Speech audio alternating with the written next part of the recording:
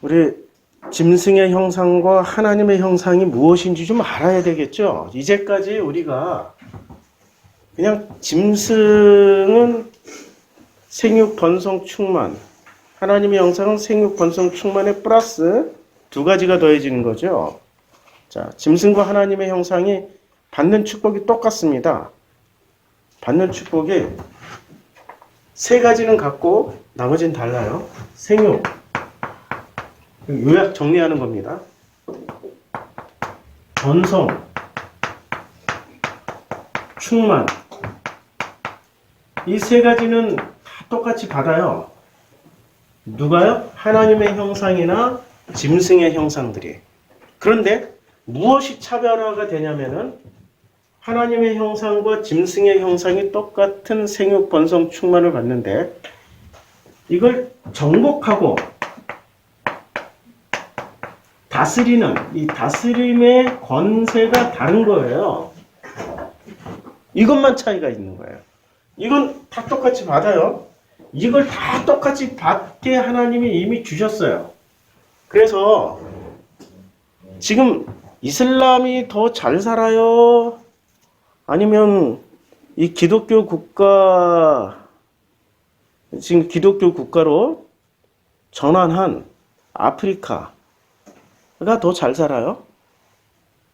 이슬람은 뭐가 나와요? 땅속에서? 희한하게 그 지역이 기름을 깔고 앉은 지역이라 원유가 땅만 파면 나와요. 전 세계 매장량에 어마어마한 매장량. 전 세계 석유 생산량, 원유 생산량 1위는 러시아예요. 2위는 사우디아라비아, 3위는 이란, 4위는 이라크. 뭐 게임이 안 되죠. 게임이 안 되는 거예요. 그리고 어떻게 보면 땅에서 나오는 거기 때문에 그냥 거저 얻는 듯한 느낌이잖아요. 그러면 하나님이 축복 주신 거죠. 축복 주셨잖아요. 그거 어떻게 설명해요? 교회에서 설명하라고 그러면 아니 예수 믿어야 축복 받는다는데 예수 안 믿거든? 축복 받잖아요. 중국이 기독교 국가가 아니잖아요. 근데 중국이 저렇게 또 잘 나가요? 도대체 우리는 알 수가 없어. 왜? 그걸 설명하려면 예수 믿어야만 축복받는다라는 도식을 가지고 있는 우리들은 설명이 안 되는 거죠. 예수를 안 믿어도 주시는 축복이 있어요. 예수를 안 믿어도 주시는 축복은 생육하고 번성하고 충만하는 이 축복은 다 주셨어요. 예수를 믿든 안 믿든 불교인이든 이슬람이든 힌두교인이든 어떤 종교나 종파나 이데올로기에 상관없이 태어난 모든 생명체들에게는 생육, 번성, 충만이라는 복을 이미 주셨다니까요. 하나님 보시기에 그들 또한 아름다웠다라고 그랬어요? 하나님 보시기에 악하다라고 그랬어요? 하나님 보시기에 아름답다라고 그랬어요? 선하다. 그러니까 참 보시기에 좋았더라. 이게 토부거든요. 하나님이 큰 바다 짐승과 물에서 번성하여 움직이는 모든 생물들을 그 종류대로 날개 있는 모든 새를 그 종류대로 창조하시니 하나님 보시기에 좋았더라라고 분명히 말씀하셨잖아요. 그러니까 당신의 창조품이라고. 이 땅에 있는 하나님의 형상이든 짐승의 형상이든 간에 일단은 태어나는 순간부터 하나님의 눈에는 보시기에 좋았더라예요.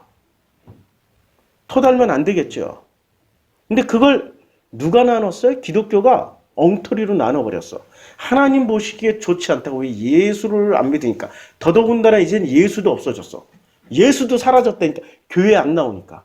교회가 기준 돼버린 거야. 예수도 사라졌다니까요.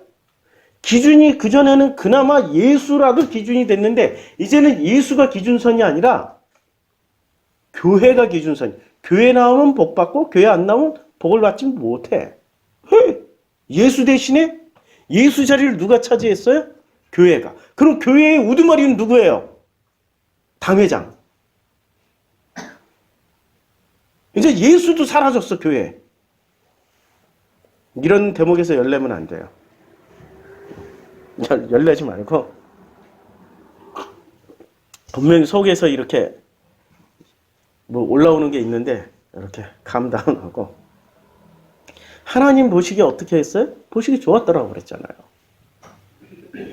그러니까 생육 번성 충만을 위해서 우리는 죽기 살기로 노력을 해야 되나요? 노력을 안 해도 된다는 얘기예요. 이미 다 각자 받은 몫을 타고 났어. 문제는 자기가 받고 타고 태어난 몫을 모르는 거야. 그게 문제야. 정복하고 다스릴 수 있는 사람은 그 복을 끝까지 누려. 저는 40 이전에는 굵고 짧게 누릴 줄 알았어요. 근데 40 넘어서 58세까지 살고 있다 보니까 바뀌었어요. 가늘고 길게 누리자. 보니까 나는 굵고 짧은 게 짧긴 한데 굵은 게 없어. 굵은 게 없다니까요. 팔목도 얇아, 발목도 얇아, 뭐 다 얇아. 딱 하나 허리, 배 사이즈 하나만 굵어. 머리카락도 정말 얇아요. 아, 이게 남자 머리카락인가 싶을 정도로 애기 머리카락만큼이나 얇아요. 근데 이게 최근이 아니라 태어나서 지금까지 이렇게 얇아. 그러니까 깨달았어.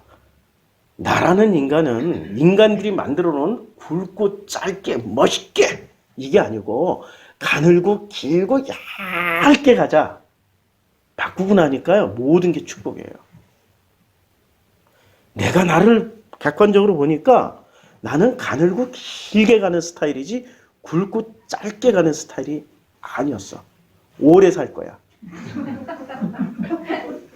가늘고 길게 아프더라도 걸걸걸 하더라도 오래 갈 것 같아. 그래서 이 나이에 대박이가 또 태어나니까 대박이 때문이라도 최소한 20, 30년은 더 살아야 돼. 우리 집안이 단명 집안이거든요. 우리 어머니 46세 가셨고 우리 아버지도 70이 안 돼서 가셨어요. 단명 집안이야. 우리 집안의 어르신들 다 단명하셨어. 근데 정말 운이 좋게 가늘고 길게라도 오래 간다면은 그분들이 보지 못하던 체험하지 못했던 세상까지 나는 보면서 해석하면서 갈 수 있는 특권을 받게 되는 거죠. 그렇죠? 근데 가늘고 길게 가겠다라고 결심한 데는 이게 작동한 거예요. 정복과 다스림. 정복과 다스림이 작동했기 때문에 내가 내 형편을 알게 되고 내가 나를 알게 되니까 욕심을 내려놓게 되더라고요. 이 세상이 만들어준 욕심이야. 락강이 아주 멋있는 말을 했어요. 인간은 아주 멋있는 말, 엑기스만 쓸게요. 인간은 뭐 하는 존재냐면 타인의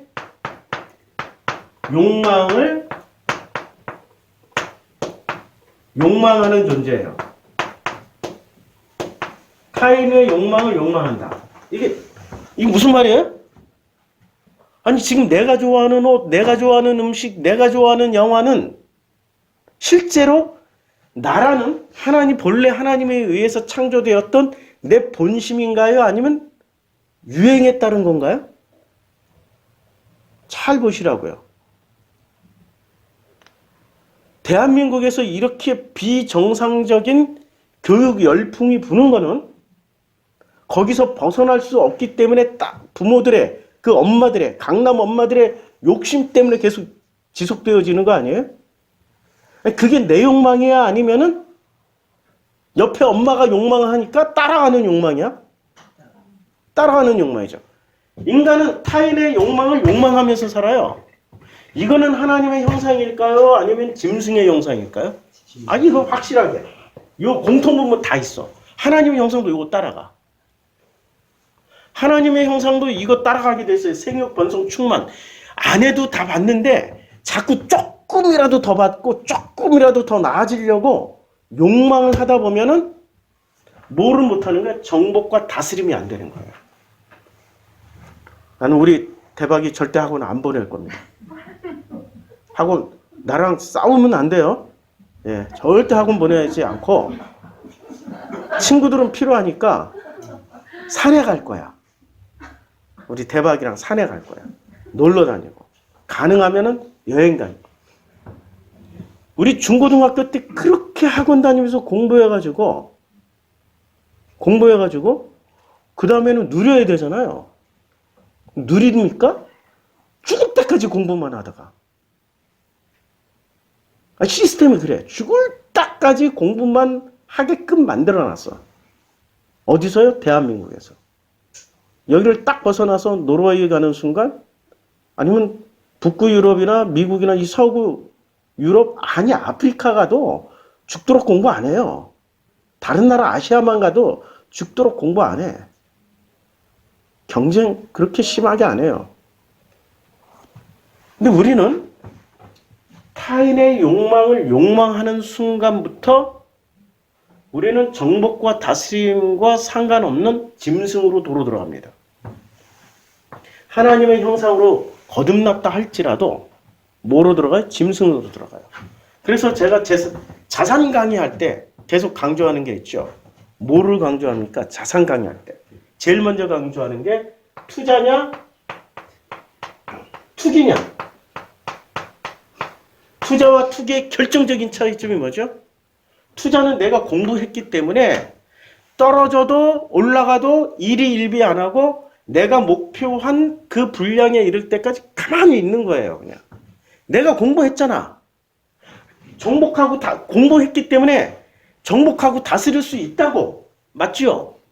공부했기 때문에 그만큼에 대한 거기에 대한 지식을 가지게 됐다고요. 그 지식은 내가 똑똑해서 알게 된 거예요? 하나님이 가르쳐 준 거예요? 네. 나는 전혀 공부 안 했어요. 어느 날 내가 가르치고 있던 중학생 애가, 내가 주식을 조금씩 가르쳐 주고 있어요. 중학생 애가 어느 날 오더니, 목사님 이런 종목이 있는데 하나 봐주세요 하고 딱 봤더니 어랍쇼? 얘가 이걸 어떻게 찾아낸 거야? 세상에. 그때 주식이 101원이었어. 101원. 101원짜리였어. 그래서 쭉 같이 살펴보니까 얘가 옛날에는 잘 나가던 기획사였어요. 잘 나가던 기획사였는데 이게 문제는 자본이 중국 자본이었어. 근데 2년 전에 중국 자본이 훅 빠져나가니까 세상에 100원도 안 되고 10원대로 떨어졌다가 100원대로 회복한 놈이에요. 얘가 이런 거 어떻게 찾았는지 모르는데 이럴 때는 이 친구를 통해서 나보다 훨씬 나이가 어리고 내가 가르쳐주고 나한테 배우는 친구인데도 불구하고 이 친구를 통해서 이걸 내가 관심을 안 가지니까 가르쳐주시나 보다 하고 또 공부를 했어요. 공부를 하다 보니까 우리나라 전반적으로 컨텐츠라든지 기획사, 연예 기획사가 다 우하향이잖아요. 아니 우상향이잖아. 오징어 게임, 기생충, 우리 뭐든 만들면 다 대박 터지잖아. 근데 거기에 여기에 소속돼 있는 회사, 이 엔터테인먼트 회사에 소속돼 있는 배우 하나만 뜨더라도 주가는 100원에서 몇백 원 올라간다. 쭉 뒤쳐서 다 해봤더니 그럴 가능성이 굉장히 높아요. 그래서 공부를 마쳤어. 여기에 내가 큰 돈은 아니더라도 진짜 애들 껌값을 딱 넣어놓고 제가 이거 들여다봅니까?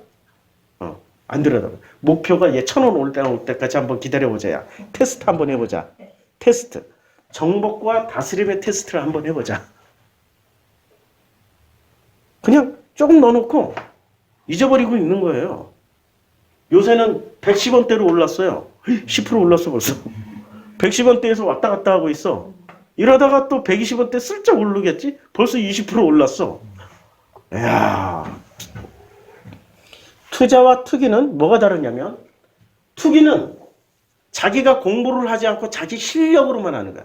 무슨 실력? 투기의 실력은 기술입니다. 투기의 전형적인 자리는 어디에 있죠? 고스톱판, 섰다, 뭐 포커, 아니면은 이거 땡기는 거 이런 거잖아요. 이분들은 그 회사에 대해서 공부합니까? 그리고 전체 시장에 대해서 공부합니까? 아니죠. 뭐를 공부해요? 이 사람들은 공부하는 그 기술을 배우죠. 밑장 빼기. 뭐 이런 거 공부하잖아요. 아니 이런 걸 공부하잖아. 기술을 공부하잖아. 차이점이 있죠. 투자와 투기는 확실한 차이점이 있습니다. 앞으로. 예. 앞으로 빨리 최 여사님.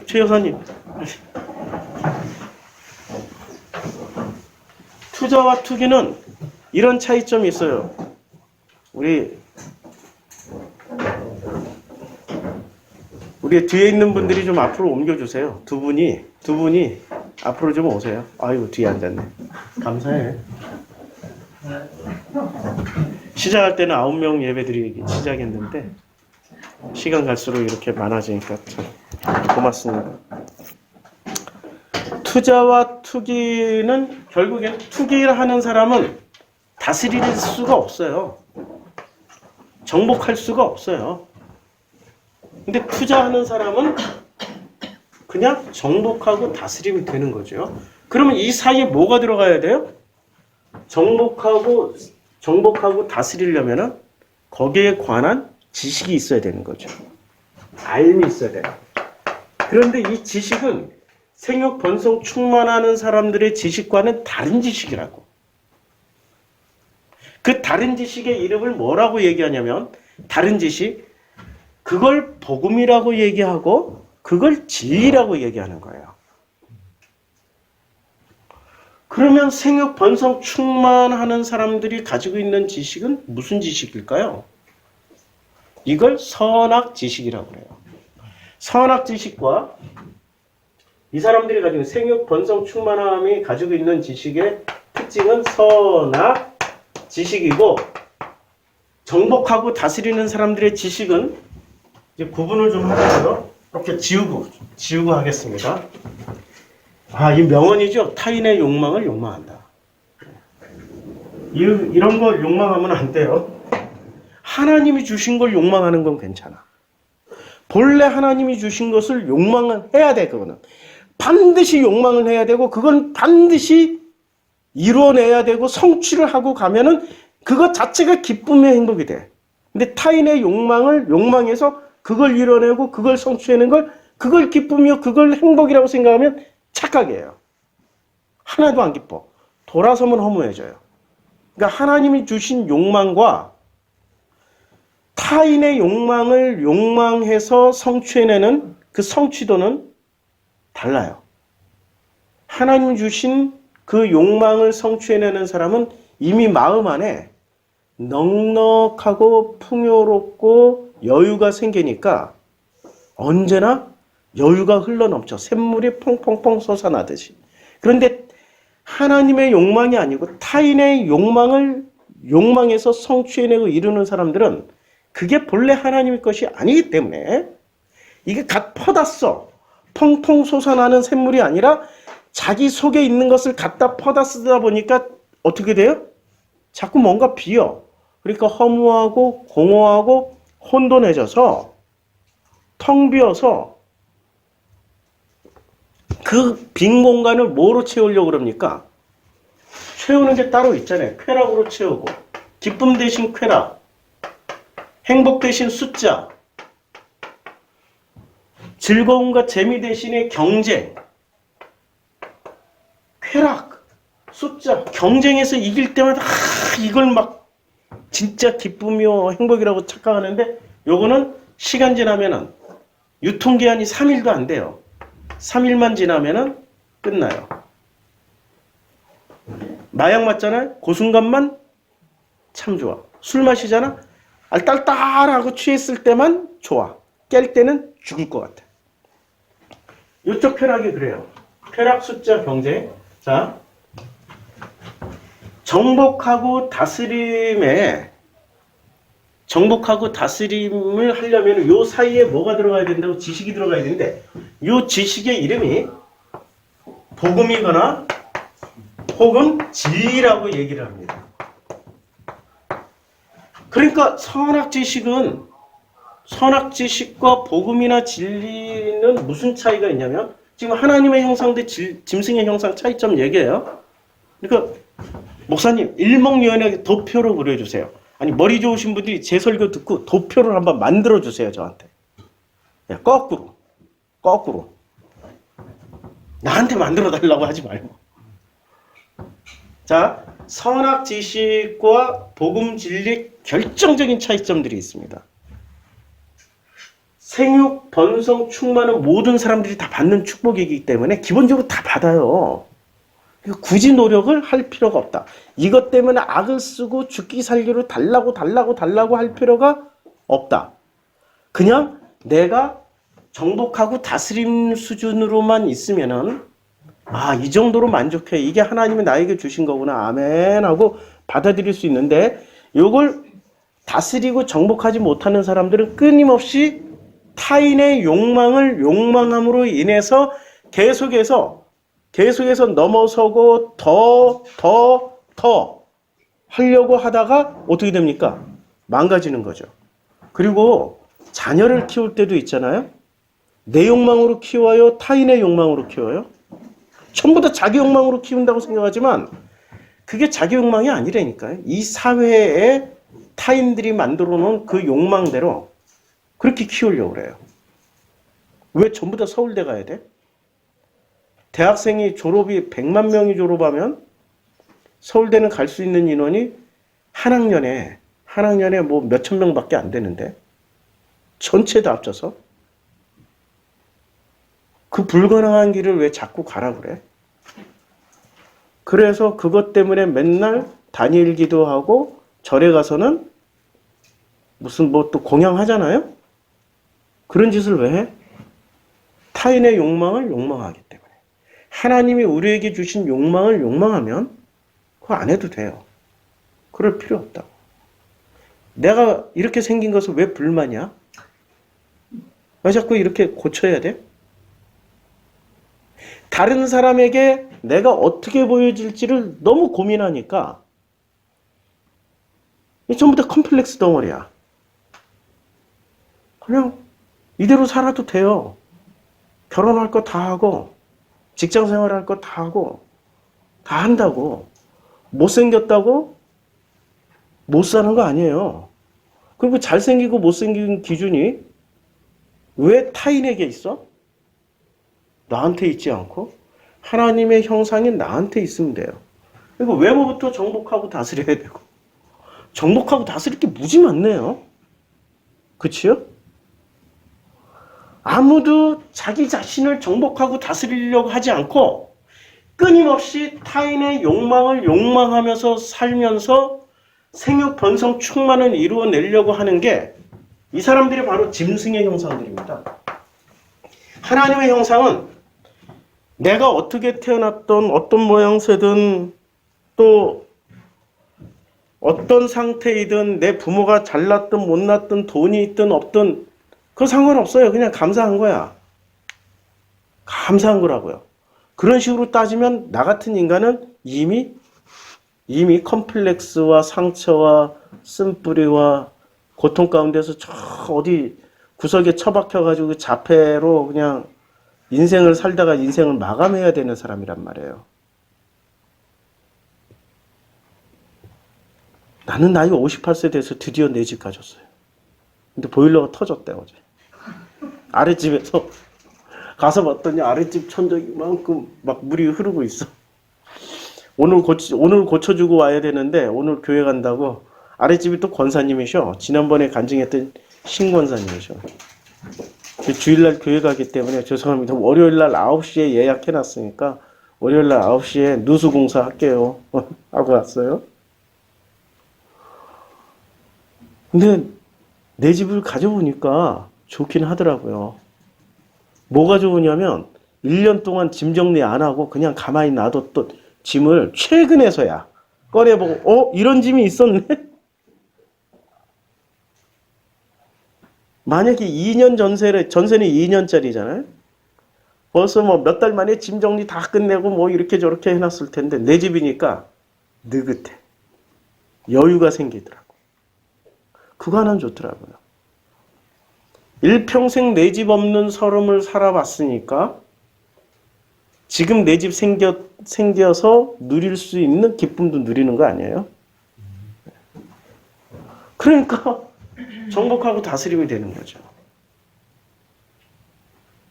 우리는 이 정복과 다스림이라는 차이점을 모르니까 자꾸 누구 식으로 정복하고 다스리려고 하냐면 짐승 수준으로 정복하고 다스리려고 해요.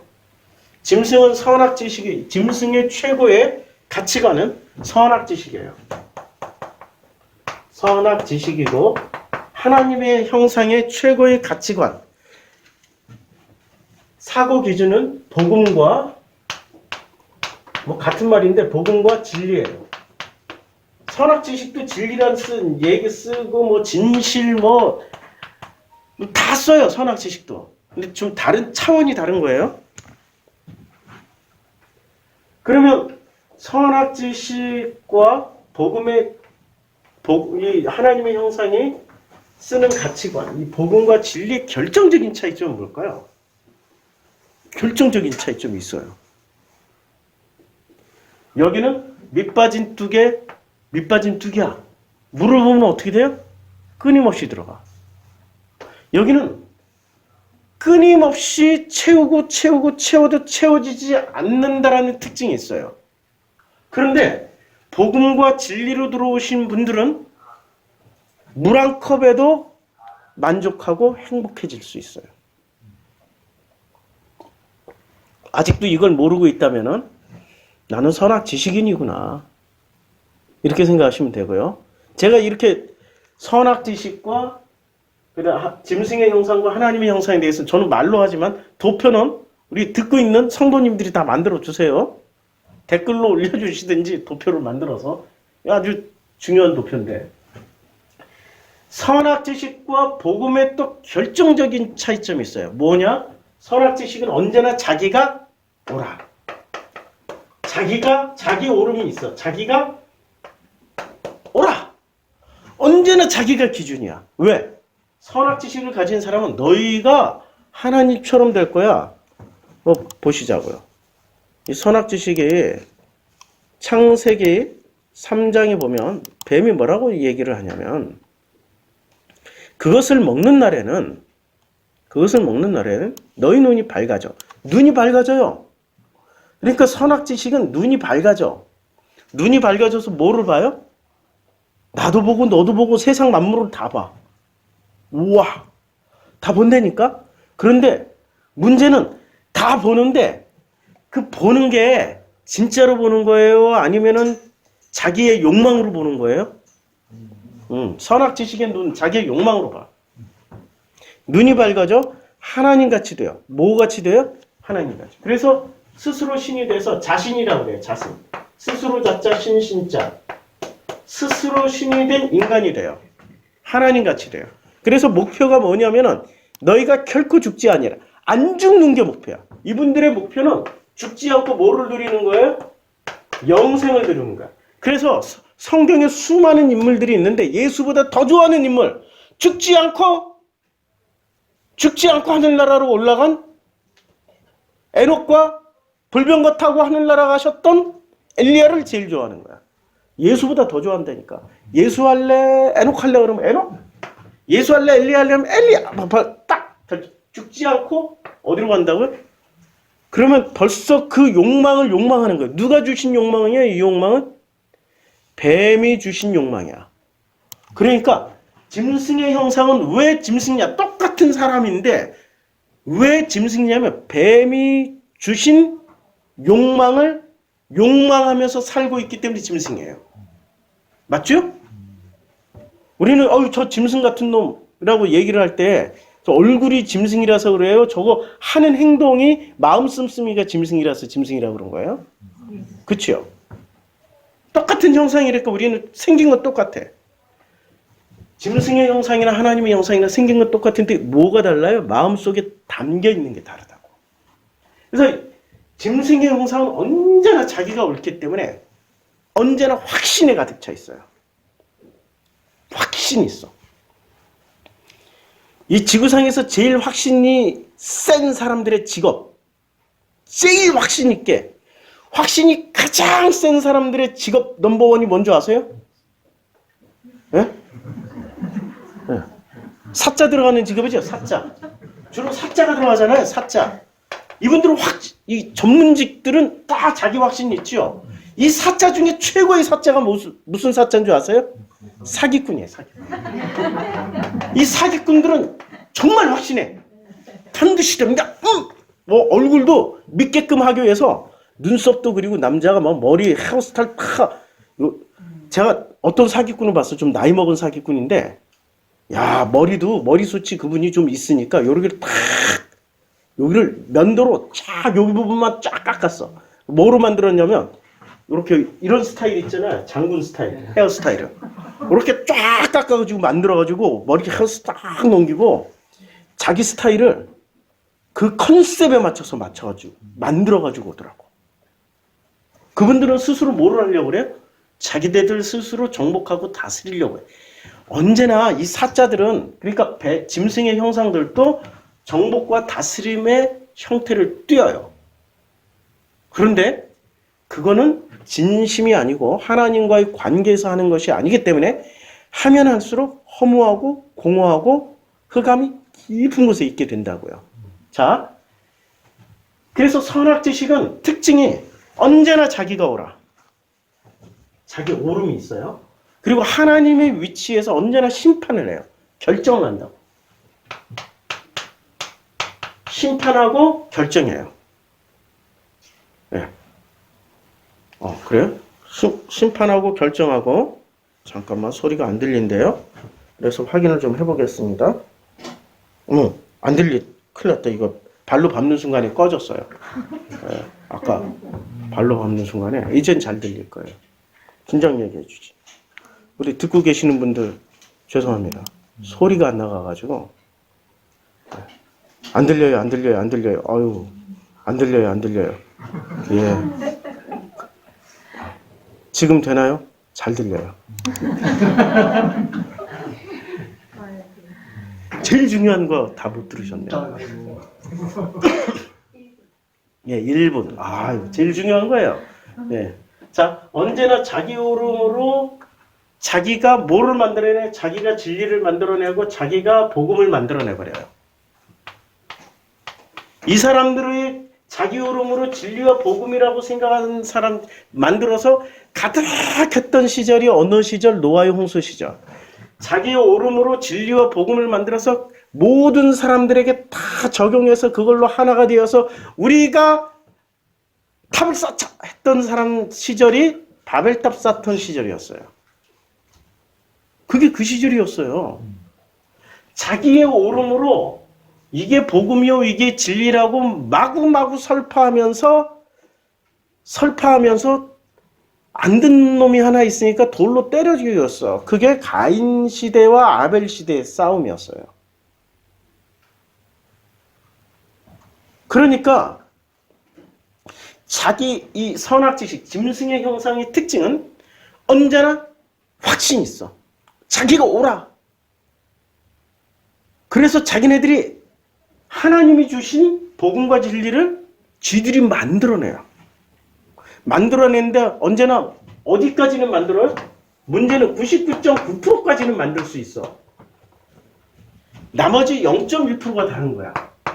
가만히 듣다 보면 99.9%가 같으니까 이거 구분할 수 있겠어요? 0.2% 다른 걸? 0.1% 다른 걸 구분할 수 있겠냐고요. 구분이 됩니까? 구분 안 되죠. 누가 구분하냐면 여기에서 눈을 떴다라고 생각하는 사람들은 실상은 다 눈을 감은 자요. 그러니까 예수가 얘기했잖아요. 예수가 오셔가지고 대표적으로 이 지구상의 모든 인간들의 대표 질병이 있어요. 대표 질병을 딱 말씀하셨어. 대표 질병이 뭐예요? 맹인. 못 보는 질병이 이거. 그렇게 장애, 질병 이걸 대표적으로 콕 집어주셨는데 맹인. 자기 오름을 가지고 있는 사람들은 객관적으로 못 봐요. 못 본다니까요. 그거 어디 가서 보면 알 수 있어요? 정치판 가서 보면 알 수 있어요. 예. 보수당 지지자들은 자기네들이 옳기 때문에 상대방의 오름이 있다라는 것도 못 봐. 그 다음에 진보 쪽 지지자들은 자기네들이 옳기 때문에 보수당의 옳은 면을 못 봐. 서로 잘못된 것만 보고 악을 써. 둘 다 서로 옳대. 개신교는 카톨릭의 어떠한 개신교가 옳기 때문에 카톨릭을 옳다라고 보질 않아. 야, 벌써 이 패턴 안에 들어와 있네. 개신교가 진짜로 하나님의 복음과 진리를 가지고 있다면은 이렇게 품게 되겠죠. 품을 거 아니에요. 그러니까 못 품고 칼처럼 쪼개고 자르고 쪼개고 잘라서 자기 오름을 끝까지 주장하려고 하는 사람들의 이름이 이 시대에는 아이러니하게 이렇게 나와 있습니다. 탈레반, 알카에다, IS에. 이 사람들은 자기네가 옳기 때문에 자기네 것 외에는 다 잘라버리잖아. 자기네가 언제나 진리와 복음이라고 믿고 있기 때문에. 그래서 선악지식의 특징은 언제나 자기가 옳아요. 그리고 절대 안 죽고 영생을 누리려고 그래요. 절대 안 죽으려고 그래요. 절대 싸움에서도 죽으면 안 돼. 논쟁에서도 죽으면 안 돼. 지식에서도 죽으면 안 돼. 물질 게임에서도 자기가 죽으면 안 돼. 게임, 경쟁, 죽으면 안 돼. 반드시 이겨야 돼. 영생을 누려야 돼. 이분들의 특징은 절대 지려고 하지 않아. 언제나 이기려고 그래. 그래서 창세기 11장에 이렇게 말씀하고 있어요. 창세기 11장에 보면 하나님 여호와께서 이르시되 이 무리가 한 족속이 언어도 하나이므로 이같이 시자가 있은 이후로는 그 하고자 하는 일을 막을 수가 없다. 하나님도 여호와도 못 막는다. 능력이 없어서 못 막는 게 아니라 자기 오름으로 죽기 살기로 이겨먹고자 하는 그 욕망을 가졌기 때문에 그 욕망을 하나님도 제어하기가 힘들다.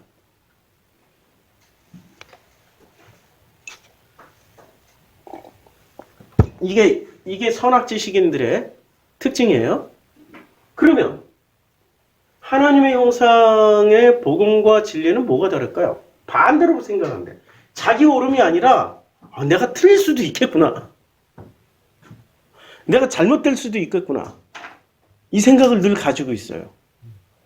그렇기 때문에 예수께서 겟세마네 동산에서 기도하실 때는 이 잔이 내게서 옮기기를 원하나이다 라고 했다가 어떻게 스스로 그걸 처리해버리잖아요. 주님도 그걸 스스로 처리해버려요. 내 뜻대로 마옵시고 아버지 뜻대로 하시옵소서라고 자기 오름을 거둬들여 버려요. 그리고 십자가에서 죽임 당해요. 그리고 예수의 제자 스데반 또한 자기가 옳다라고 실컷 얘기했어. 어디서요? 사도행전 7장에서 처음부터 끝까지 한 장 전체를 자기가 옳다라고 내가 보았더니 아브라함이 이렇고 야곱이 이렇고 뭐 이렇고 실컷 다윗이 이렇고 실컷 막 설파 다 했어. 그런데 그 막상 그 모든 자기 오름을 다 꺼내놓고 나서 살아야 되잖아요. 살지 않고 죽음의 길로 들어서게끔 누가 먼저 문을 열어줬어요? 그분은 안 가려고 그랬어. 예수하고 좀 다르긴 했어. 7장에 보니까 자기 스데반이 이르되 여러분들 부영이여 들어서서 우리 조상 아브라함이 하란에 있기지로 뭐 아브라함이 이렇고 뭐 고향과 친척 아브라함을 떠나가지고 뭐 이렇게 아브라함이 떠나서 이렇게 삼고 뭐 심판하려고 아브라함이 주셨더니 할례의 언약을 주셨더니 낳은 지 8해마다 이게 뭐예요 이게? 이게 지금 복음의 진리였어요? 이게 선악지식이었어요? 여기까지는 선악지식이었다니까. 복음의 지식은 언제 완성이 되냐면 자기 오름이 내려질 때. 애국과 자기 온 집의 통치자로 이건 지식이야. 지식 그냥. 온 땅에 흉년이 들어서 큰 환란이 있을 때 우리 조상이 애굽에 있는 곡식을 보내주시고 뭐 이렇게 해서 출애굽을 하고 뭐 이렇게 쭉 했는데 문제는 이 대단한 지식을 다 꺼내놨는데 하나님이 그 지식으로 이 사람을 살립니까? 이 사람이 죽게끔 하십니까? 진짜 선악지식이 복음의 지식인지 진리의 지식인지는 내가 죽는지 안 죽는지에 따라서 결정돼 버려요. 그래서 모세가 뭐 이렇게 쭉 엄청 길어. 7장 전체가. 그래서 이제 결론을 한번 보자고요. 결론은 이거 한번 제대로 읽은 사람이 있긴 할까? 스데반의 설교를. 뭐 솔로몬이 그를 위해서 짓고 그냥 구약 성경 한 방에 그냥 싹 요약 엄청난 지식이죠. 아브라함부터 시작해가지고 구약 성경 전체를 한 방에 일목요연하게 싹 정리를 해주셨어요, 이분이. 그들이 이 말을 듣고 마음에 찔려. 아니, 마음에 찔린다면 어떻게 돼요? 마음에 찔리면 그를 경배하거나 숭배해야 되잖아요. 그를 인정해줘야 되잖아. 근데 마음에 찔렸는데 어떻게 그를 향하여 이를 갈아요? 그를 향해 이를 갈아. 아니, 우리 교회 떠나는 분들의 공통분모가 마음에 찔리기까지는 하는데 거꾸로 그를 향하여 이를 갈아. 아니, 줌 성경 공부 하시려고 너무 멀리서 하시려고 우리 한국까지 왔는데 이제 또 안 들어와.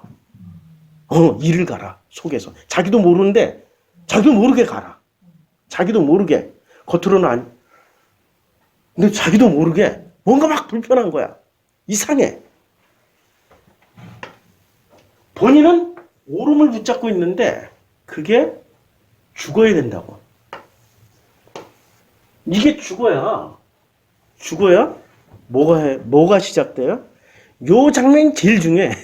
사도행전 7장에서는 그들이 이 말을 듣고 마음에 찔렸어요. 여기까지는 정상적이야. 언제나 지식은 찔리게 만들어줘요. 그런데 그를 향하여서 이를 갈아요. 요 장면이 터닝 포인트입니다. 스테반이 성령 충만하여졌어요. 요 장면이 터닝 포인트예요. 이제까지 스테반이 이기고 있었어요? 지고 있었어요? 이겨먹고 있었잖아요. 자기 오름으로 이겨먹고 있었잖아. 근데 성령 충만한 순간부터 이상한 일이 벌어져요. 이겨먹던 스테반이, 왜냐하면 그들의 마음을 찔러버렸으니까. 마음을 찔러버렸으니까 이겨먹고 있었잖아요. 그런데 스테반이 성령 충만하여 하늘을 우러러, 마치 예수가 겟세마네 동산에서 하나님 앞에 기도하시는 그 장면처럼 하늘을 우러러 주목하여 하나님의 영광과 및 예수께서 하나님 우편에 서신 것을 보시고, 와, 이걸 봤어요. 이걸 보는 순간 어떻게 해요? 우리는 보통 이런 생각, 오셔서 내가 하고 있는 이 말이 옳다라는 거 설득 좀 해주세요. 막 이렇게 할 거 아니에요. 내가 하는 이 말이 옳다고 설득 좀 해주세요. 할렐루야, 아멘, 아멘, 막 이러고. 이렇게 했던 사람이 한 사람 있었어요. 부자가 나사로한테 아무리 아브라함한테 간청해도 안 되니까 그러면은 저를 차라리 다시 보내서 다시 땅으로 보내셔가지고 제가 우리 형제 다섯인데 설득하게 되면 안 되나니까 이러고 자기 오름을 끝까지 죽어서도 주장하잖아요. 지가 옳다 와서 설득하고 오겠다는 거 아니야. 그러니까 자기 오름과 자기 오름이 내려지는 자리가 그래서 이렇게 보여요. 말하되, 이게 이제 스테반의 결정적인 터닝 포인트가 말하되, 보라 하늘이 열리고 인자가 하나님 우편에 서신 것을 보노라 한데, 와, 보노라 한데, 이 말은 살려고 한 말이에요? 죽으려고 한 말이에요? 그들이 큰 소리를 지르며 귀를 막고 일제히 그에게 달려들어 성 밖으로 내치고 돌로 칠세. 야, 돌로 칠세. 증인들이 옷을 벗어 사울이라 하는 청년의 발 앞에, 여기 문제의 주인공이 나타나셨습니다. 그리고 그들이 돌로 스테반을 치니 스테반이 부르짖어 이르되, 주 예수여 내 영혼을 받으시옵소서. 영혼 아니에요, 이거. 영혼 아니에요. 한번 볼까요? 자꾸 성경이 영혼이 오염이 돼가지고, 이게 사도행전 7장 59절, 이건 좀 확인하고 넘어갑시다. 사도행전 7장 59절. 7장 쭉 내려야 돼요. 거의 끝에 가서. 주여 수여 내 영혼을 받으시옵소서가 푸뉴마죠. 푸뉴마는 영혼이에요? 중립지대 마음이란 말이에요. 마음. 내 마음을 받으시옵소서. 자꾸 영혼이란 단어에 우리 번역을 잘못된 번역을 끝까지 맹신하지 마시고, 내 마음을 받으시옵소서. 그러니까 마음의 중심에는 하나님의 형상이 있었기 때문에 그동안에 자기가 쏟아놨던 모든 지식은 어떻게 해요? 지식은 버릴지라도 내 마음이 중요한 거야. 그런데 선악 지식인들은 지식이 중요해요? 자기 마음이 중요해요? 지식이 중요해요. 선악을 가릴 수 있는 지식을. 그래서 이 지식을 끝까지 죽기까지 가지고 가려고 그래. 그래서 내 책을 가지고 와라. 그 책을 가지고 하나님 앞에 가려고 그래. 그리고 무릎을 꿇고 크게 불러 이르되 주여 이 죄를 그들에게 돌리지 마옵소서 이 말을 하고 아니 주여 이 죄가 잘 보세요. 이 죄가 때려 죽이는 죄예요? 아니면은 지금 스데반이 저지른 죄예요? 자, 문맥을 잘 보라고. 지금 이 죄를 저들에게 돌리지 마옵시고 라는 그 말은 지금 이 유대인들이 죄예요? 아니면 자기가 저질렀던 죄예요? 예수가 십자가에서 돌아가실 때 이 저들을 용서하여 주시옵소서라고 할 때는 그 죄는 유대인들의 죄였어요? 자신의 죄였어요? 헷갈리죠? 자신의 죄죠. 아니 무슨 죄가 있어서요? 무슨 죄가 있어서요? 자기의 오름이 내려지는 그 순간이 모든 것이 사면당하고 용서받는 자리란 말이에요.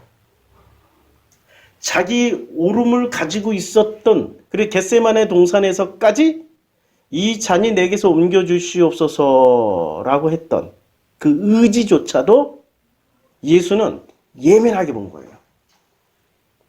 예민하게 보신 거라고. 우리는 전부 다 이 죄를 전부 다 때려 죽이고 나쁜 짓 했던 그 사람들을 죄라고 생각했단 말이에요. 그렇잖아.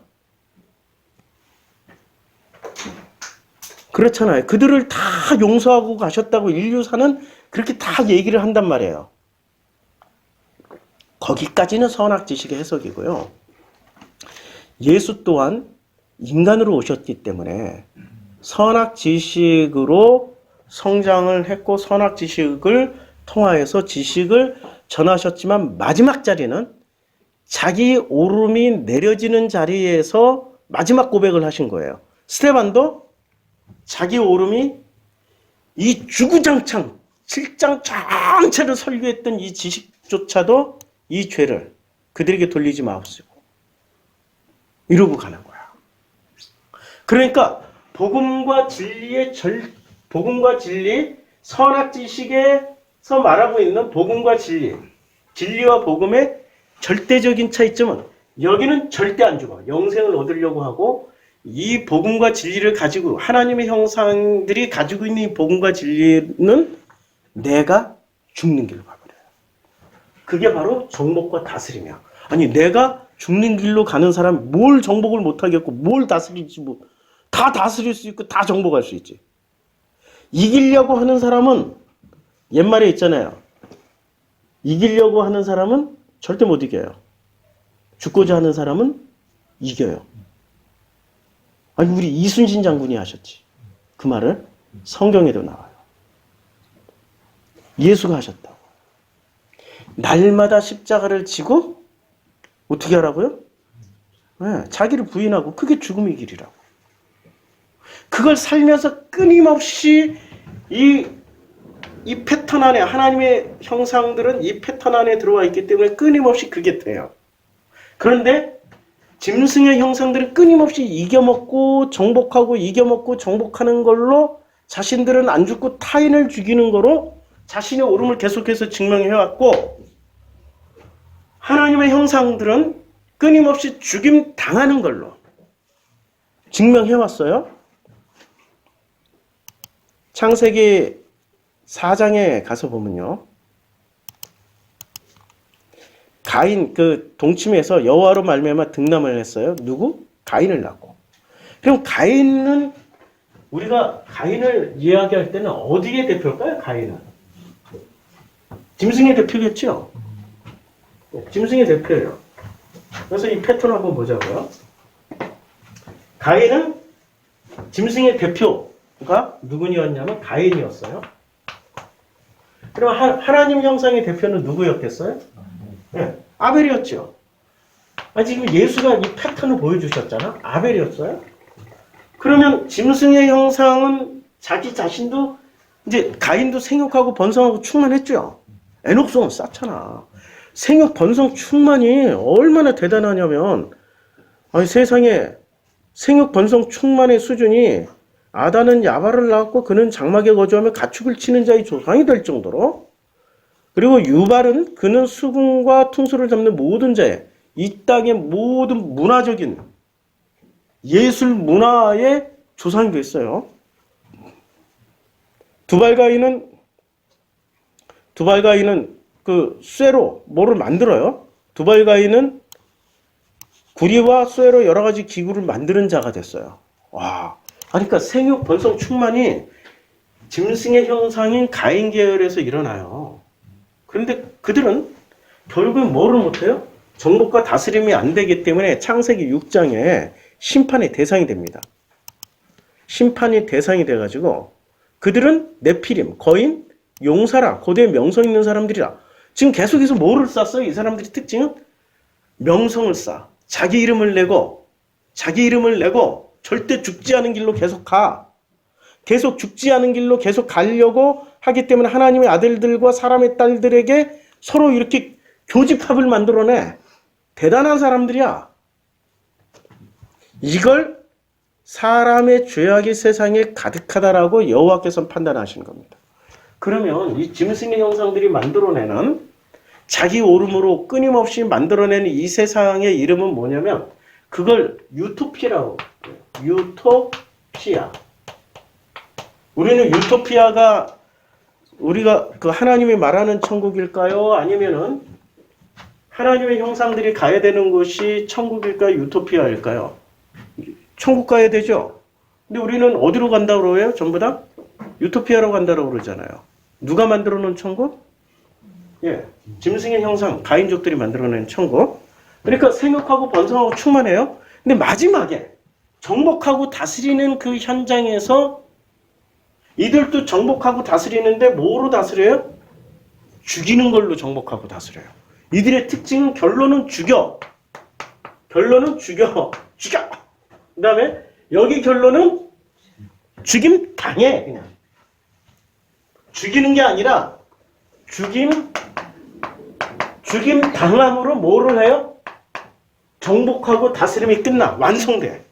정복하고 다스림의 완성은 자기 죽임 당함으로 정복하고 완성이 돼. 그럼 목사님 꼭 목숨을 내놔야 되는 건가요? 목숨 안 내놓고 좀 어떻게 적당히 안 돼요? 예. 그건 내가 죽는 게 편한지 아니면 살아있는 게 편한지가 깨달아질 때쯤 충분히 기쁨으로 결정하실 거야.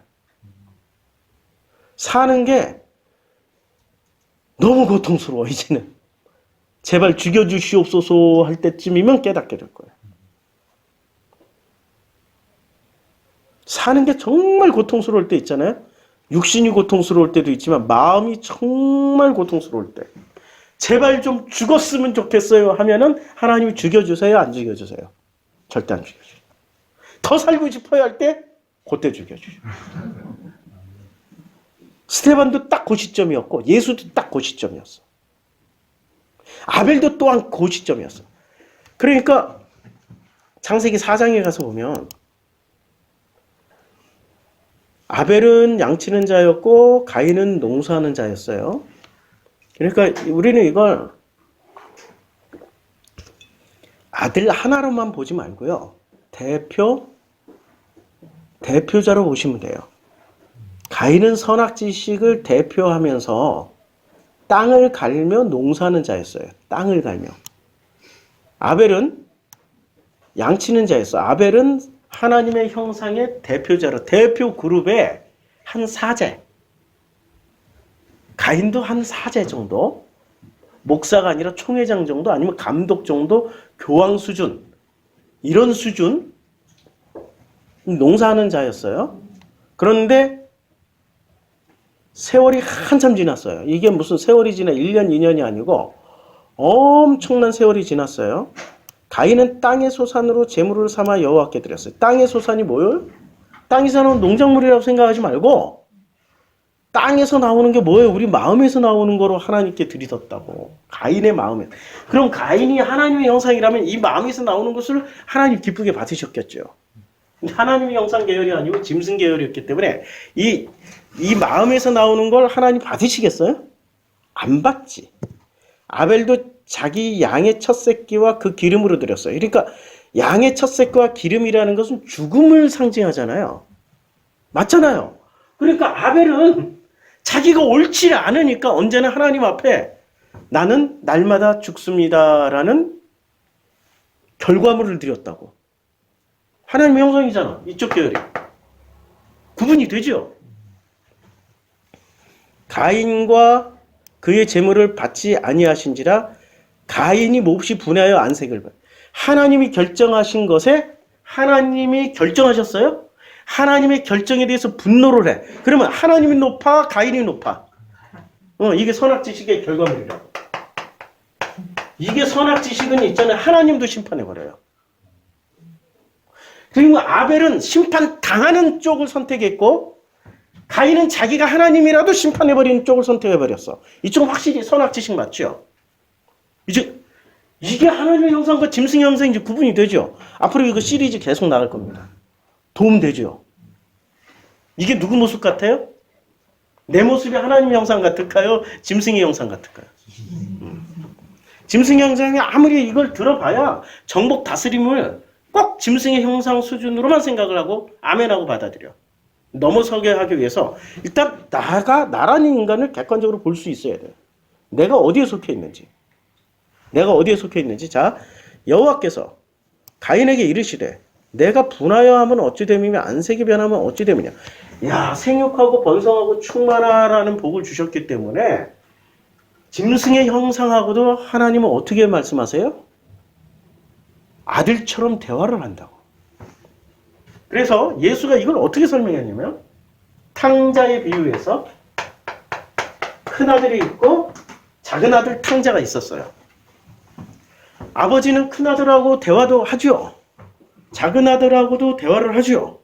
그치요? 이게 중요하다고.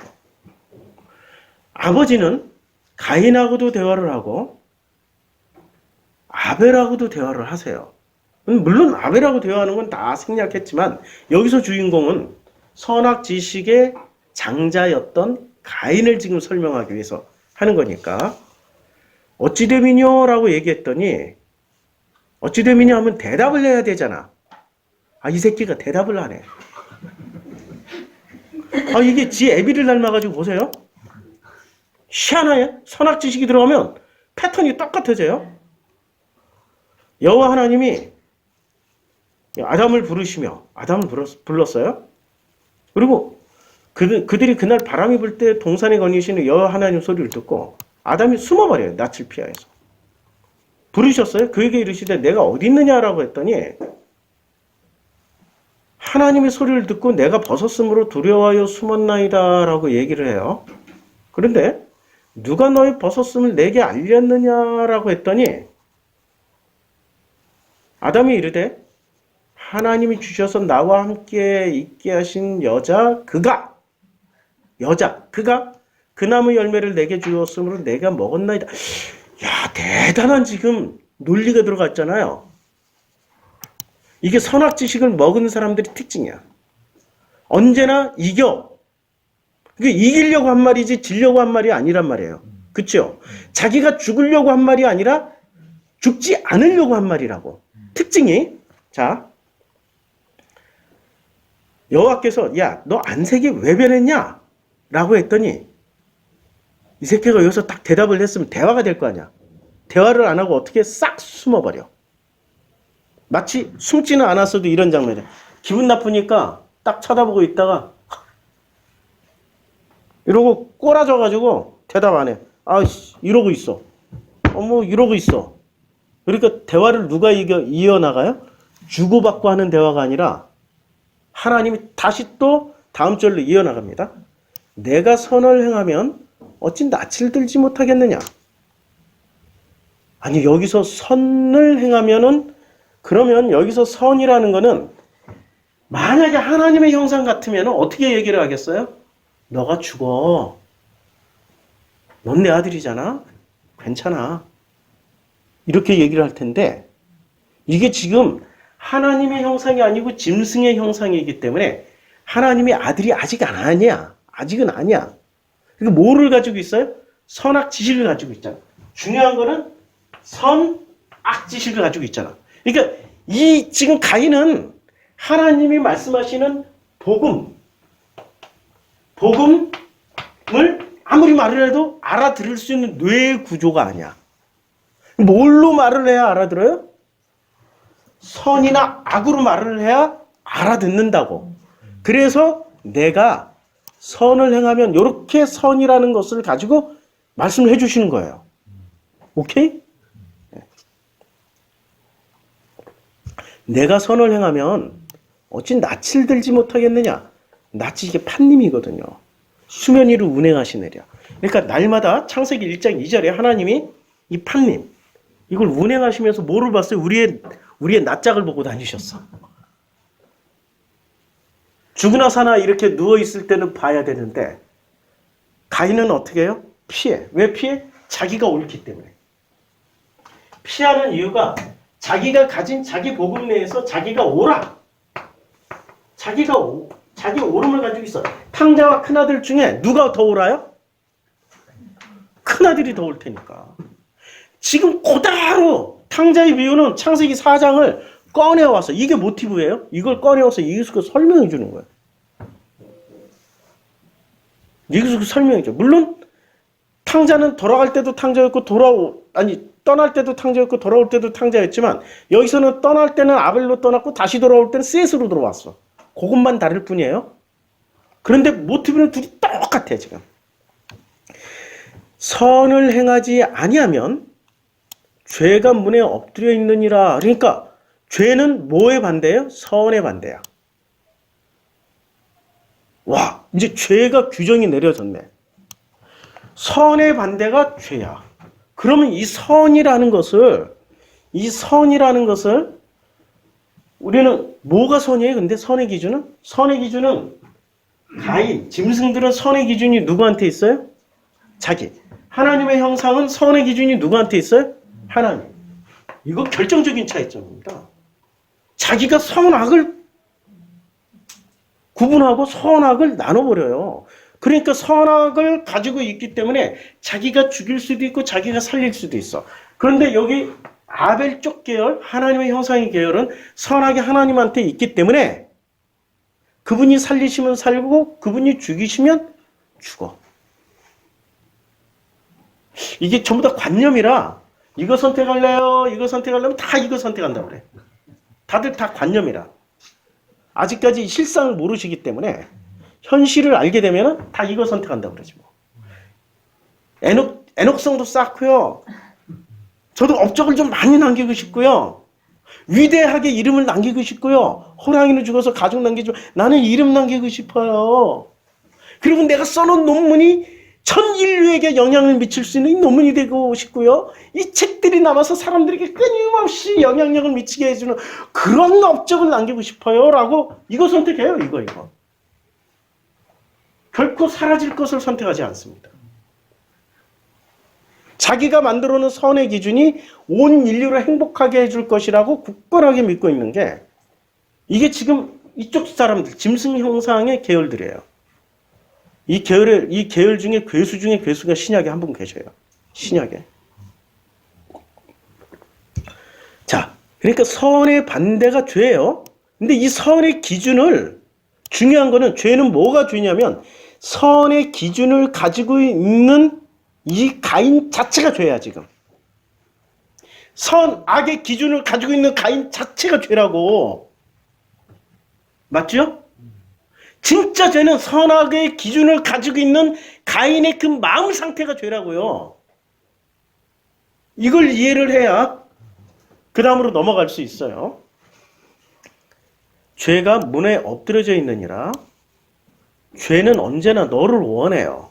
근데 너는 죄를 다스려야 돼. 근데 죄를 다스리라는 말은 내가 가지고 있는 기준 자체를 다스리면 돼. 정복하고 다스리면 돼. 이러면 하나님의 형상이 돼. 근데 이걸 다스립니까? 자기가 옳다라고 믿고 있는데? 교리에 나와 있잖아. 이 성경에 나와 있잖아. 술 마시지 말라고. 막 이러고.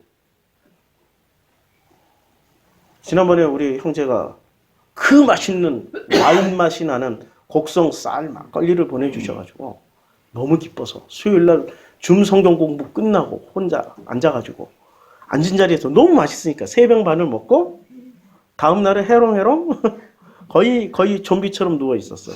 그래도 맛있으니까 그 다음날 또 일어나서 또 마셨어. 진짜 참 좋아요. 예. 이런 얘기를 하면 벌써 심판하고 판단하고 들어오죠.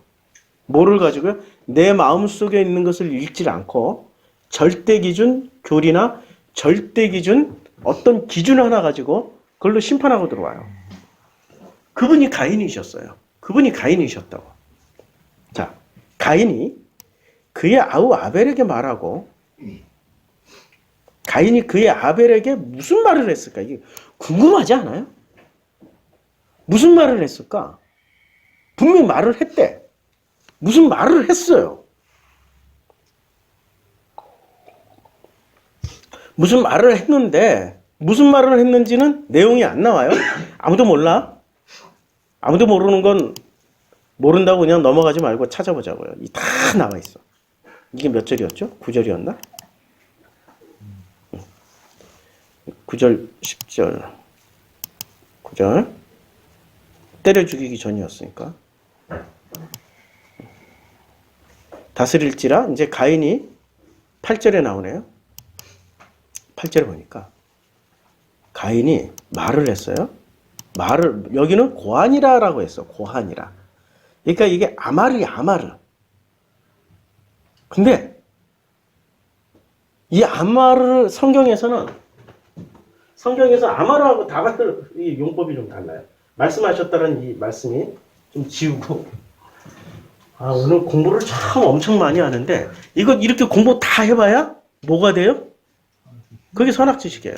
자기를 살리려고 하는 지식이 되면 이건 선악지식이 되고 똑같은 거 듣고 누구는 이래서 내가 죽임 당해야 되는구나 라고 그런 생각을 가지게 되면 그분은 복음으로 받아들이는 거야. 똑같은 샘물을 먹는데 누구는 살리는 물로 먹고 누구는 그걸 죽이는 물로 먹어요. 그래서 가라지가 똑같은 물을 먹고 똑같은 땅에서 똑같이 자라도 누구는 가라지가 되고 누구는 알곡이 돼. 지금 제가 전하는 건 저는 굳건하게 복음이라고 믿고 전하고 있는데 받아들이는 사람 때문에 이렇게 말씀드리는 거예요. 자, 보시면 여기서 아마르하고 다바르가 있는데 이게 지금 이게 하나님의 형상 대 짐승의 형상. 이게 지금 뼈대예요. 싹 지우고 성경에는 아마르와 다바르가 있어요. 둘 다 말씀하신다야. 말을 하는 거야. 이야기를 하고 뭔가를 전해주는 거예요. 그런데 이 아마르라는 단어는 주로 누가 쓰냐면 창세기 1장 3절부터 보면 가라사대 이게 다 아마르예요. 하나님이 말씀하시되 빛이 있으라 하시니 빛이 있었어요. 1장 6절에도 하나님이 엘로힘 그러니까 아마르 엘로힘 하야 이렇게 돼. 아마르 엘로힘 하야 뭐 라카에 이렇게 쭉 나가는데 그러니까 주로 이 아마르는 누가 쓰고 계셔요? 네, 하나님 쓰셔요. 창세기 1장도 아마르 엘로힘 이렇게 나가요. 그 다음에 창세기 1장 11장도 아마르 엘로힘이에요. 주로 아마르는 누가 말씀하셔요? 하나님 말씀하셔. 창세기 1장 14절도 보나만 하겠지. 아마르 엘로힘이죠. 1장 20절도 아마르 엘로힘이에요. 그 다음에 창세기 1장 22절도 여기는 엘로힘 아마르야. 같은 거지 그냥. 같은 거예요. 그러니까 순서만 좀 바꿨어요. 그러니까 이게 히브리어가 우리 한국어하고 비슷해요. 그러니까 한국어하고 히브리어하고 얼마나 비슷한지 잠깐 옆길로 갔다 다시 돌아올게요. 갈래? 가자. 갔어? 갔어. 갔다니까. 갔잖아. 왜 짜증내? 아니야. 갔으면 됐어. 우리 지금 제가 말을 하는데 주어 들어갔어요? 목적어 들어갔어요? 장소, 왜요? 장소 대명사 들어갔어요? 아무것도 안 들어갔죠? 뭐 가지고 다 얘기했어요? 동사 하나 가지고. 히브리어가 이거야. 히브리어가 동사 하나에 주어, 목적어, 몽땅 붙여 그냥. 그러니까 히브리어는 동사만 이해하면 돼. 동사 하나만 잘 이해하면 돼. 되게 쉬워요, 히브리어가. 우리말하고 이거 막 주어 동사 바꿔도 돼. 아마르 엘로힘 했다가 엘로힘 아마르 해도 돼. 근데 영어는 그거 절대 안 돼. 절대 안 돼요, 영어는. 영어는 주어가 바뀌는 순간부터 헷갈리기 시작해갖고 아무도 이해를 하지 못해. 동사가 앞에 나왔다거나 동사가 잘 뒤에 나왔다거나 주어 빼고 막 목적어도 빼고 막 이게 안 돼. 근데 히브리어하고 한국어는 이게 돼요. 근데 히브리어하고 한국어 동사는 요 쓰임새가 굉장히 비슷한데 결정적으로 다른 게 있어요. 한국어는 동사는 시제로만 이해를 해. 근데 히브리어는 시제가 없어. 시제가 그냥 상태야. 했냐 안 했냐. 요것만 달라. 이것 때문에 히브리어가 무지하게 어렵게 느껴져요. 자, 아마르는 그러니까 아마르는 기본적으로 누가 쓰시는 거예요? 하나님이 쓰시는 거예요. 자, 창세기 2장으로 건너가서도 2장에서도 하나님이 말씀하십니다. 가라사대 하시니라 뭐 하나님이 하신 거예요. 2장 18절도 여호와. 그러니까 여호와 엘로임 아마르 여호와 엘로임이에요. 그리고 분명히 아마르 여호와 엘로임께서 말씀하신 거예요. 그 주체는 아마르의 주체는 주로 누구냐면 아마르 하나님이 말씀하세요. 자, 그런데 창세기 3장부터 아마르를 누가 쓰기 시작해요? 뱀이 쓰기 시작하는 거야. 여호와 하나님이 지으신 들짐승 중에 뱀이 가장 간교하더라. 뱀이 여자에게 물어 가로되 요게 아마르야. 그러니까 선악 주체를 휘두르려고 하는 그 뱀이 아마르를 쓰기 시작하면서부터 인간이 아마르를 쓰기 시작합니다. 인간이. 자, 그러니까 처음에는 아담도 하와가 여자가 뱀에게 말하되 동산나무의 실과를 우리가 먹을 수 있으나 3절 이제 요 뱀이 말하는 거야. 뱀이 여자에게 아마르 했어요. 3장 3절에 근데 아마르 엘로힘 여호와께서 말씀하셨어라고 여자가 인용을 해요. 분명히 아마르는 누구만 쓸 수 있어요? 창세기 1장부터 여기까지는 지금 3장까지는 그 후대는 막 섞여서 나와요. 아마르가 막 섞여서 왜 오염이 됐어요? 아마르라는 단어가 뱀으로 인해서 이제 인간이 아마르를 막 쓸 수 있는 거야. 인간이 창세기 3장 4절도 보면 뱀이 여자에게 이르되 그러니까 아마르 나시 그러니까 뱀이 말씀을 하시는 거야. 야, 이 아마르의 주체가 서서히 바뀌어가고 있어요. 그래서 아마르의 주체 3장 12절에 가니까 3장 딱 넘어가니까 4장에서부터 아마르를 누가 쓰기 시작해요? 가인이 쓰기 시작하는 거야. 가인이. 아벨은 단 한마디도 안 했어. 왜냐면 아벨은 아마르도 쓰지 않고 다바르도 쓰지 않았어. 그러니까 결론적으로 이 아마르하고 아마르는 누가 쓰기 시작했어요? 하나님만이 쓰기 시작했는데 이걸 누가 가져갔어요? 뱀이 선악지식이 가져가면서 선악지식이 하나님처럼 말하기 시작하는 거예요. 이제 이해하시죠? 근데 하나님처럼 말을 했던 사람 중에 대표가 가인이었어. 짐승의 형상. 이 사람은 왜 하나님처럼 자신 있게 아마르를 쓸 수 있었을까요? 자기가 옳기 때문에. 무엇 때문에? 선악지식으로 언제나 자기가 옳아. 그러니까 자기가 생각했던 선이 죄였어요. 이 가인이 머릿속에 있는 선은 죄예요?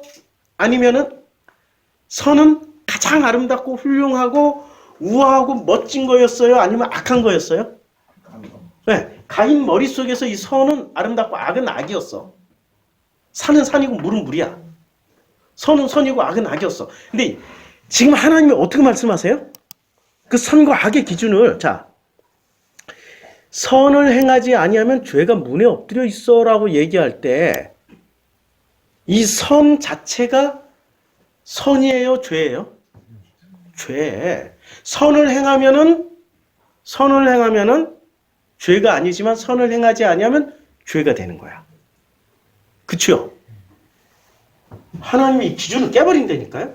그러니까 아마르 토부, 그러니까 선이 말씀하시면 그 선이, 선악 지식인들은 그 선을 선이라고 생각하시죠.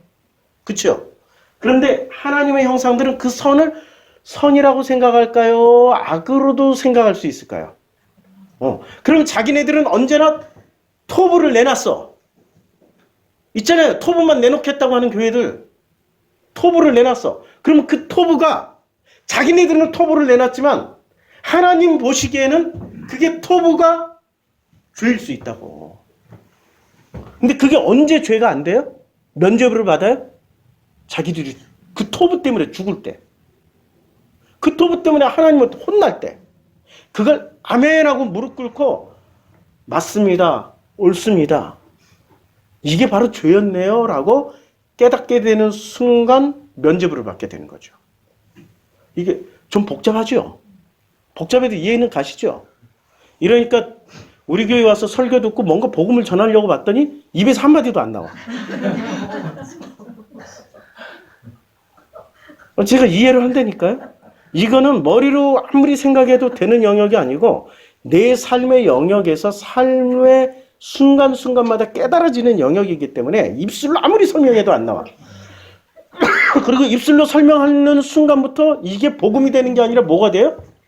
선악 지식이 돼. 그러니까 삶으로 살다가 죽는 자리가 있으면 내가 틀렸구나. 내가 잘못했구나. 아이고 미안합니다. 여기 잘못했습니다. 이 순간마다 나는 뭐가 되는 거예요? 정복하고 다스리는 것이 돼. 너무 놀랍게. 맞죠? 아주 심플해. 아주 심플한데 이게 죽기보다 어려워. 왜냐면 내가 옳기 때문에. 내가 옳기 때문에 오름이 내려진 사람은 그게 되는데 오름을 끝까지 가져가는 사람은 절대 안 돼요. 자, 죄가 문 앞에 문에 엎드려져 있느니라 죄가 너를 원하나 죄가 누구를 다스려요? 그러니까 여기서 잘 봐. 선의 반대는 죄인데 이 친구가 결국엔 가인이 누구의 다스림을 받아요? 선의 다스림을 받아요? 죄의 다스림을 받아요? 그러면 이 친구가 말했던 가인 친구가 얘기했던 선이 죄고 죄가 선이 돼버리는 거죠. 죄가 너를 다스려 이렇게 돼버리니까. 아니 지금 논리가 그렇잖아. 3단 논법의 논리가. 그러니까 유토피아, 이들이 말하고 있는 유토피아, 이들이 말하고 있는 선, 이들이 말하고 있는 착함, 이들이 말하고 있는 오름, 이 모든 것은 하나님 보시기에 그냥 한마디로 말해서 뭐예요 이게? 다 죄야. 이게 죄라니까.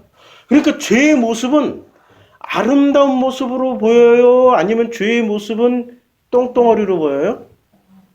아름다운 모습. 그 아름다운 모습의 최고봉이 뭐였어요? 예루살렘 성전. 그러니까 하나님은 어떻게 해요? 예루살렘 성전, 솔로몬 성전 허물어버렸죠. 스룹바벨 성전 박살내버렸죠. 헤롯 성전 아작내버렸잖아. 아작. 돌 하나 도리에도 남기지 않고. 그렇죠? 가장 아름다운 것이 인간들 보기에 가장 아름답고 거기에만 가면 하나님 만날 것 같고 거기에만 가면 하나님 임재하실 것 같고 거기에만 가면 막 경건해지고 이런 것을 하나님 다 허물어버려. 그게 아니고 너희가 나를 만나는 자리는 그 자리가 아니라 삶의 현장이야. 죽임당하는 삶의 현장이에요. 직장에 가서 혼나고 자식하고 싸우고 나는 도대체 왜 이래 막 자식을 사랑하려고 이렇게 임신해서 태어날 때까지만 해도 난 너무너무 사랑해줄게. 난 죽기까지 사랑해줄 거야. 그런데 이것들이 한 5살, 7살 되면서 싸우기 시작하더니 사춘기까지 싸우고 지금도 싸우고 있어. 그런데 사랑해주는 게 복음이에요? 싸우는 게 복음이에요? 할렐루야지. 그러면서 누가 죽어야 돼? 근데 우리는 죽이잖아. 가인이 돼가지고. 내가 오르니까 자녀를 죽이고 있고 자녀 다 죽여놨어. 죽은 애들이 대표적인 애들이 다 잡혀야 잡혀. 자폐 환자들이 된다고. 그러니까 내가 죽어야 된다고, 성경에서는. 그렇게 싸우지 않게 자꾸 약을 먹이면 안 싸워. 그러면 전부 다 선해 보여. 근데 그것 자체가 죄라고.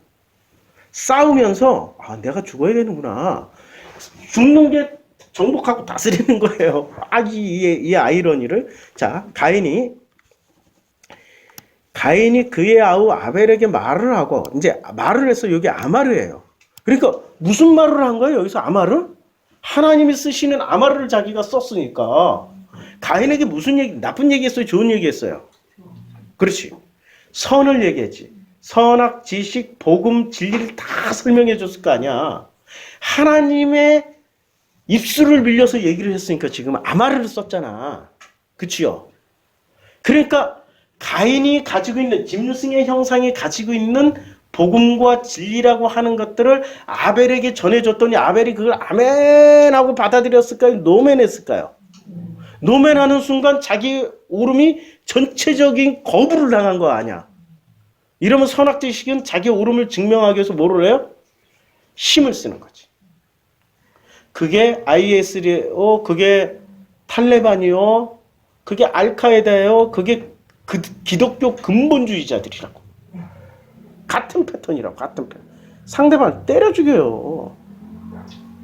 이게 지금도 일어나고 있는 일이지 이미 창세기 4장에서만 일어났던 일이 아니라고. 지금도 현재 진행형이에요. 그러면 세상에서 가장 아름답고 우아하게 멋지고 행복하게 살아야 될 관계는 내 형제간이거든. 내 형제들하고는 언제나 언니 밥을 먹어, 오빠 밥을 먹어, 형, 난 형이 있어서 너무 좋아. 난 동생 너가 있어서 너무 좋아. 뭐 이러고 살아야 되잖아요. 근데 그렇게 삽니까? 죽기까지 싸워. 만났다면 싸워. 뭐 하나도 양보가 안 돼. 근데